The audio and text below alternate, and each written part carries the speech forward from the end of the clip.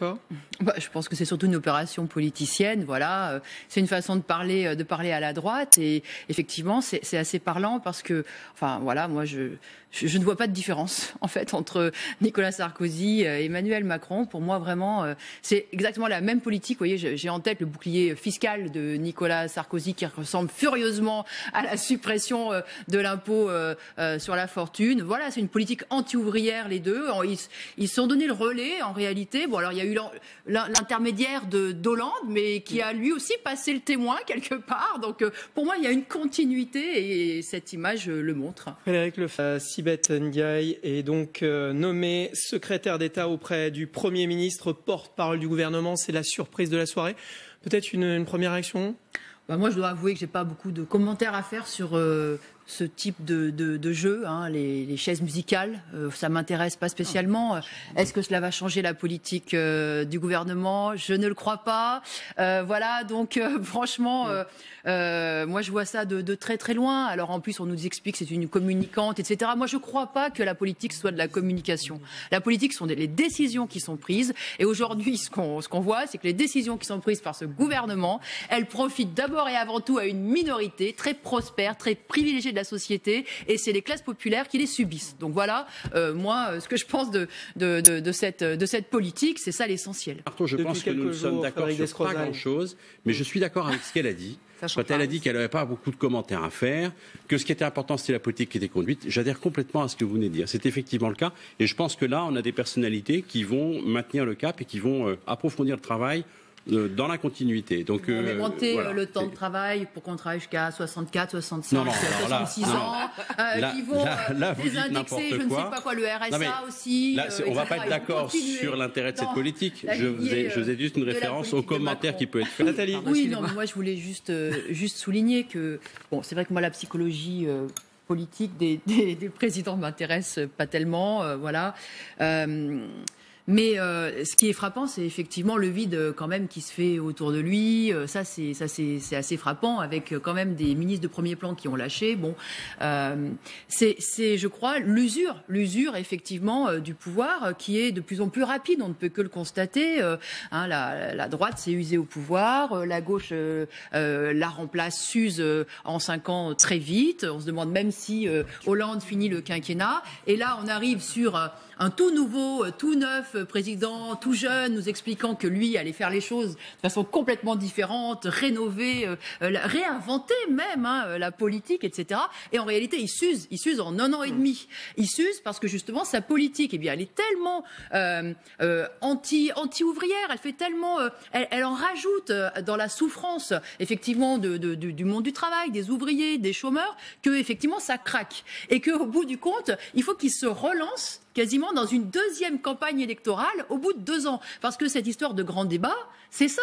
Il s'est relancé dans une deuxième campagne pour essayer de restaurer un tout petit peu son socle. On va revenir sur l'état d'esprit d'Emmanuel Macron dans quelques minutes. On va rester quand même sur l'information de cette... Je pense que c'est vraiment la tempête dans un verre d'eau. Je sais bien qu'il faut... les journalistes ont besoin de on est comme ça. De trouver des sujets pour faire couler l'encre, je le sais, mais vraiment c'est la tempête dans un verre d'eau, parce que le départ de Benjamin Griveaux n'a pas, il était annoncé, on sait pourquoi il part, ça n'a pas du tout été, c'est une gestion absolument normale, et en plus là on parle effectivement du porte-parole du gouvernement. Alors quand on sait que toute la politique elle est décidée par Macron, la réalité c'est qu'ils n'ont pas de pouvoir. Et même, j'irais plus loin. Et Macron, quel pouvoir il a en réalité, mais oui, mais bien sûr, parce que justement, on nous explique que le gouvernement... Je vous coupe, Nathalie Arthaud. Désolé, priorité au direct. Voici l'arrivée, justement, au Quai d'Orsay de la nouvelle secrétaire d'État auprès... Vous me donnez la possibilité de finir mon raisonnement. Merci beaucoup. Parce que, oui, précisément, il y a ce jeu de chaises musicales. musicale, mais il y a effectivement une continuité qui est assurée en fait par les hauts fonctionnaires, qui sont pour certains inamovibles. Alors bien sûr, certains dans les cabinets changent, mais un certain nombre qui sont inamovibles, qui mettent en avant les dossiers et qui réfléchissent dans une certaine direction, toujours la même. C'est le conservatisme, c'est la même politique, et ça explique d'ailleurs que les gouvernements se suivent et se ressemblent. Voilà. Mais je voulais aussi dire. Alors désolé, Nathalie Arthaud, je vous coupe une nouvelle fois. On est en direct du Quai d'Orsay. Je vais vous donner la parole dans un instant. Voilà, l'image de l'intérieur. Nathalie Arthaud, on vous a beaucoup coupé dans cette émission. Vous avez la parole. On a encore de nouveaux visages, voilà, pour une vieille politique. Mais bien sûr, et depuis le début de ce quinquennat, c'est le spectacle qu'on a. Voilà, alors on parle de communication, tout ce que vous voulez, mais vous voyez, demain, nous sommes le 1er avril. Il va y avoir une série de prestations qui vont être valorisées. Eh bien, les prestations familiales, l'allocation invalidité sera revalorisée de 0,3%, c'est-à-dire moins que l'inflation.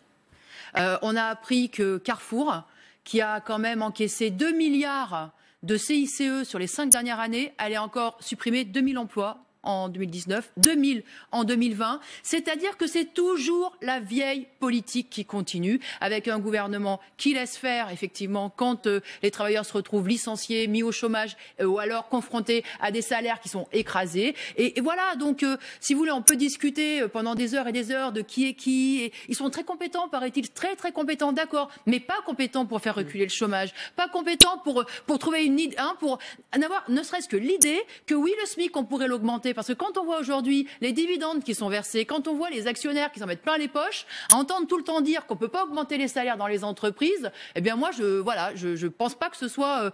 il va y avoir le grand débat. Alors, Frédéric Descrozaille vous répond alors, ils sont très compétents, mais toujours pour les mêmes en réalité. Frédéric Descrozaille. Écoutez, c'est juste, mais bon, je trouve ça plus intéressant en réalité de parler de ce que vous venez de dire que de commenter ad nauseum le remaniement, voilà. Même avec on commente l'actualité. Non, mais je sais bien. Voilà, c'est tombé. Alors allez-y, répondez à Nadine. Mais sur ce que vous venez de dire, à chaque fois que je vous entends, je goûte le privilège de pouvoir vous le dire en direct, parce que moi j'étais Mister Nobody il y a pas longtemps, puis je vous ai vu à la télé. Enfin, vous incarnez un engagement politique dans la durée qui est estimable et admirable en soi. Moi, je me rappelle Arlette Laguillet qui avait inspiré une belle chanson à un de nos grands artistes. Bref. Ça, c'est le début de votre réponse. Oui, voilà. Malgré cela, à chaque fois que je vous entends, les représentants de l'ouvrière, j'ai l'impression que la France, elle est faite de salariés. Il y a des millions d'actifs. Oui, parce que vous les oubliez, je pense que Madame, vous avez c'est pas moi qui vous ai coupé la parole depuis le début de l'émission. S'il vous plaît, ne me coupez pas la parole. Il y a des millions d'actifs qui sont des petits chefs d'entreprise, des petits patrons. Quand on vous entend, on a l'impression que tous les patrons sont là pour en profiter, pour exploiter, et que, en fait, la politique, c'est quelle politique pour les salariés, les chômeurs?